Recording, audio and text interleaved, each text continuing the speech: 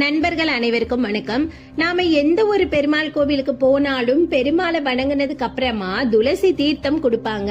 அடுத்து ஜடாரிய நம்ம தலையில வைத்து ஆசி வழங்குவாங்க. என்னைக்காவது யோசிச்சிருக்கீங்களா எதுக்காக துளசி தீர்த்தமும் ஜடாரியும் தலையில வைக்கிறாங்கன்னு? அதுவும் பெருமாள் கோவில்ல மட்டுமே இருக்கக்கூடிய வழக்கமும் கூட.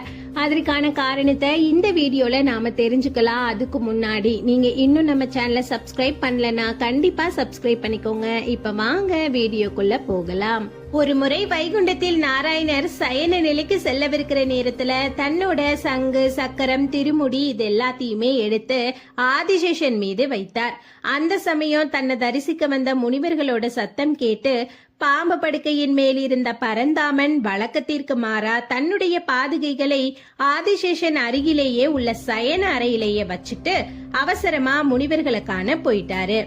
ஆதிசேஷன் மீது